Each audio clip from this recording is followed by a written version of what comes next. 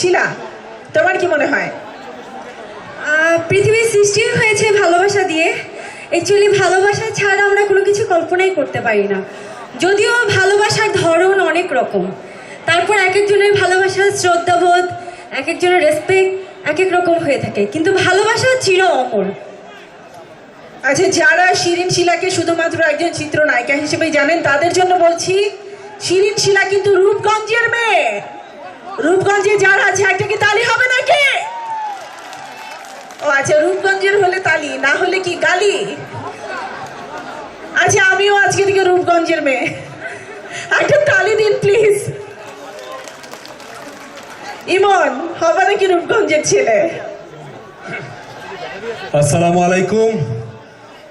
পিছনে যারা আছেন, সাইডে যারা আছেন, সবখানে যেখানে আছেন, সবাইকে ভালোবাসা দিবসের শুভেচ্ছা। অনেক অনেক ভালোবাসি আপনাদেরকে। আর সামনে বসে আছেন রফিক ভাই। আমি রূপগঞ্জের ছেলে বা মেয়ে না যাই হোক না কেন, রূপগঞ্জের ভাইয়ের সাথে আমার ভালো খাতির। একটা হাততালি পাবো? রূপগঞ্জের মানুষদের সাথে খাতির না রাখলে এখানে উঠা যাবে না, সোজা কথা। এই জন্য আমি খাতির রাখি, সবসময় চা খাই, কফি খাই, এই জন্য স্টেজে আসি। রফিক ভাইকে অনেক থ্যাঙ্কস, আর এই রূপগঞ্জবাসীদেরকে অনেক থ্যাঙ্কস, কারণ আজকের যে মেহেদি ফুড কোর্ট, এটা আমার মনে হয় পুরো বাংলাদেশের মধ্যে সবচেয়ে বড় ফুড কোর্ট।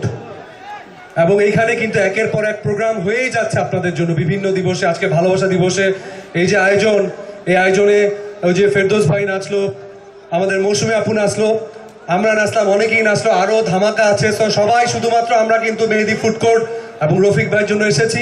ইনশাল্লাহ ভবিষ্যতে আমরা আবারও আসবো আপনাদেরকে ভালোবাসা দিতে। আমাদের জন্য দোয়া করবেন, আর মেহেদি ফুড কোর্টে আসবেন, বেশি বেশি করে খাবেন। ধন্যবাদ।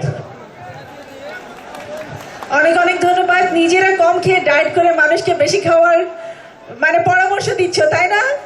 যাই হোক, আমরা খাবো, পরিমিত খাবো, কিন্তু এখানে এসে সবসময় আমাদের পছন্দসই মানুষগুলোকে নিয়ে আসার চেষ্টা করব, সুন্দর সময় কাটানোর চেষ্টা করব। আরেকবার করতালি হয়ে যাক শিরিন শিলা এবং ইমনের জন্য।